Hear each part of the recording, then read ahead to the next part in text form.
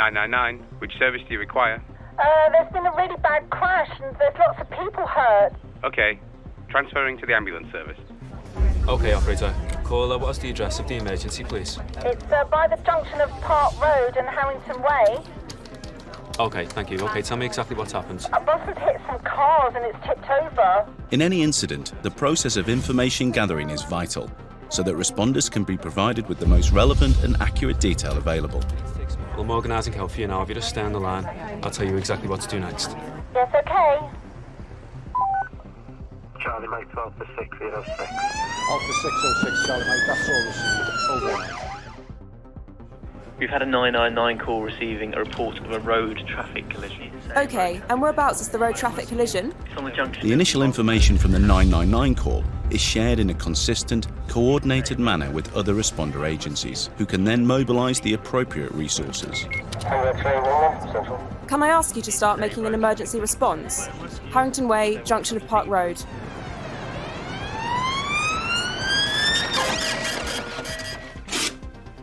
Mike 19 Papa 1, RTC. First instruct, Park Road, Harrington Way. This accurate recording and transmission of the information will begin to provide first responders with situational awareness and assist them in making informed decisions as they arrive on scene.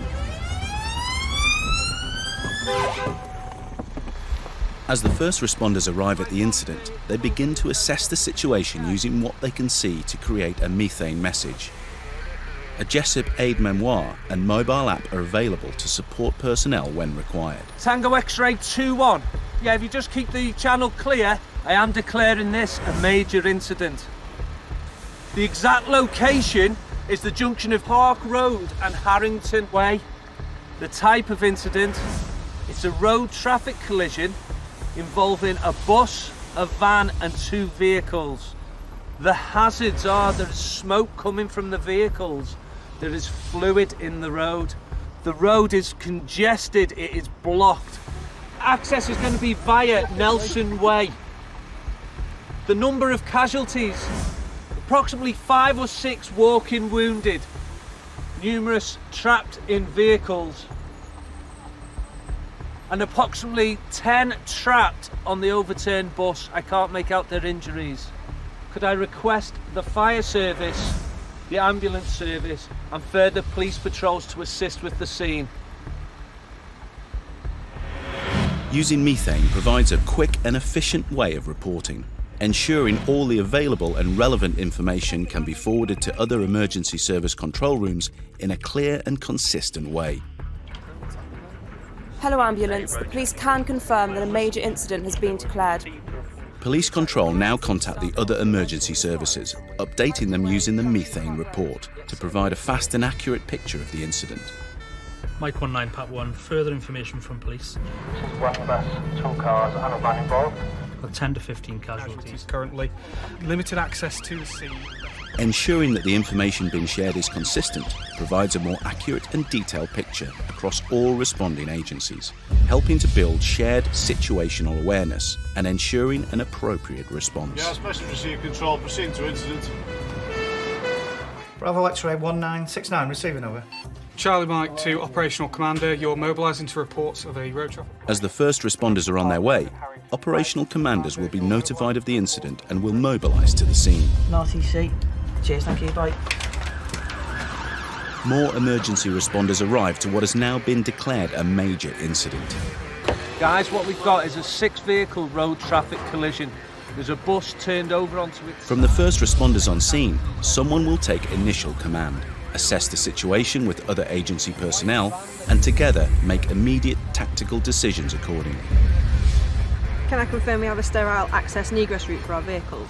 I've got 2 officers on Nelson Way. They've got a blockage in there for you, so you have got that. Okay, thank you. Okay, great. We just need to agree who's going to take the lead for the coordination of this incident. I think it should be the fire service. I'm happy with that. Okay, I agree with it as well. We'll use this here as our forward command post. Be back in 15 minutes. Okay. Okay. The commanders have now agreed which service will lead the coordination. They have identified their priorities and set further meetings. Personnel from each service are working together to achieve the same operational goals, and commanders continue to liaise with each other in this dynamic and changing environment. Arriving on scene, operational commanders will seek out their respective initial commanders. And the traffic management. Okay, I'll take over at this point, Dan. If you can go as sector commander for me and manage the execution of the incident, please. Will do. As further operational commanders arrive, they will co-locate with each other at an agreed forward command post. They will be identifiable by the wearing of specific tabards. Having confirmed with each other that this has been declared a major incident, commanders will utilise the Joint Decision Model, or JDM, a 5-stage process which continues throughout the duration of the incident. Using the JDM helps bring together all the available information, reconcile any potential differing in priorities, and enable effective decisions to be made. Giving us an update on the... In gathering information and intelligence from all relevant and available sources, commanders and other personnel should use language which is clear and free from technical jargon and abbreviations. From our perspective, really, we've got paramedics working on the scene in the cars at the moment. But obviously... They will use this information to coordinate by agreeing the lead agency, identify priorities, resources, capabilities and limitations in planning an effective response. Clearly, it's a fire scene currently. I think right now we probably would look at a police lead on this to ensure overall coordination. That gives you the space now to get on with the actual rescue. Would you be in agreement with that, Steve? Yes, I would. Yeah, we'll deploy. Commanders will then assess risks and develop a working strategy. This gives them a common understanding of the threats and hazards ahead, allowing informed decisions on deployment and risk control measures to be made. Looking at our overall risks and threats in this, from your perspective, what have you got? The risk at the moment is the stability of the coach. We have got seriously injured people in there, so we need the stability of the coach really. Our crews are working on the stability now. The command team will also need to ascertain what legal powers and relevant policies and procedures are applicable to this particular situation. Clearly, from my perspective, that is the #1 priority, to save life. But yeah, it is a crime scene, and where possible, people need to be forensically aware around this. Is you be in agreement with that? Yeah. Having assessed the risks and established the appropriate procedures, they will develop a range of options and contingencies to resolve the incident. In jointly agreeing on what the most appropriate option is, the commanders take a collective action, utilising their relevant resources. The primary aim of all decision-making must be to save lives and reduce harm. As the incident continues, commanders' shared situational awareness will be constantly updated via methane. Steve, when I first got my briefing, it was 10 to 15 casualties. Have you got a further update on that? Yeah, we've done a further triage. We've got 3 trapped patients in various vehicles, 10 on the bus. New information or changes will be updated through a revised methane report and shared via control centres to ensure a current and relevant level of shared situational awareness amongst responder agencies. The application of the principles for joint working will often but not always be followed in the order in which they are presented. In the initial phases of an incident, the joint decision model may be used to structure a briefing.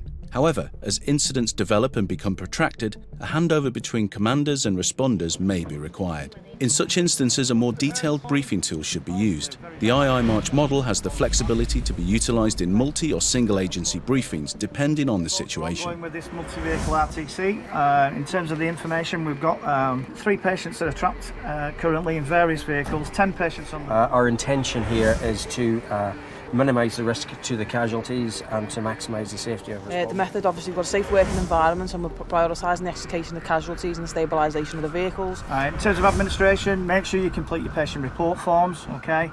And make sure you keep the triage. Risk assessments, obviously, we've got glass to manage, and we've got the stability of the vehicle as a priority. We've also got... We've got our communication set up now on our talk group, which you will already be on, and I've heard you talk test call on that. And in terms of humanitarian issues, I think really it's just dignity of patients when we're getting them off the bus. Again, the walking wound. Breaking glass! Hello mate, my name's Paul, I'm from the ambulance team, okay? We're going to look after you. Each agency integrates the agreed working strategy into their ongoing activities. Based on a full understanding of the situation and the risks involved, they are able to work towards resolving the incident safely and successfully. By applying Jesip principles, emergency services work together more effectively, helping to save lives and reduce harm. Right guys, you okay? I can confirm now we've removed the last patient from scene to hospital, so I'm going to stand down some resources. Once the incident commanders declare the incident stood down, then a hot debrief can be held between the responders at the scene. of all, is it everybody safe and well? The hot debrief provides an opportunity to discuss any immediate lessons that have arisen from how all responder agencies jointly dealt with the incident. It's pretty clear. Yes. Yeah. Okay, ladies and gentlemen, I'd like to thank you very much for attending this multi-agency debrief today. And this is on the back of a major incident that was declared for a road traffic collision last week on the junction of Park Road and Harrington Way. Post-incident, a formal debrief will occur. This will involve the attending commanders, other relevant personnel and agency staff. This is an opportunity to look at how Jesip principles were applied, what worked well and what could be improved upon in the future. The first in attendance that I'm aware of was the Fire and Rescue Service as an operational commander. So Fire and Rescue Service, have you any areas of notable practice or lessons to discuss during the debrief around how we co-located at scene? It worked well because the initial incident commander and myself had the tabards on, so it was easily identifiable, and then we had the blue light. This collaborative, multi-agency discussion helps ensure that the lessons identified are noted and shared in a consistent way, so that we have the opportunity to learn from them and continually improve our response to incidents. I'd just like to emphasise the importance of capturing lessons and notable practice from this incident, and we'll take them away to our multi-agency forum and we'll discuss what areas we've identified today and what notable practice we've identified today, and we'll make sure they go onto the national database JOL online. The Joint Organisational Learning System is available to all responder agencies and hosted on a government platform, Resilience Direct, which is a secure system. Local arrangements should be in place to ensure interoperability lessons are recorded, reviewed and shared in a multi-agency environment.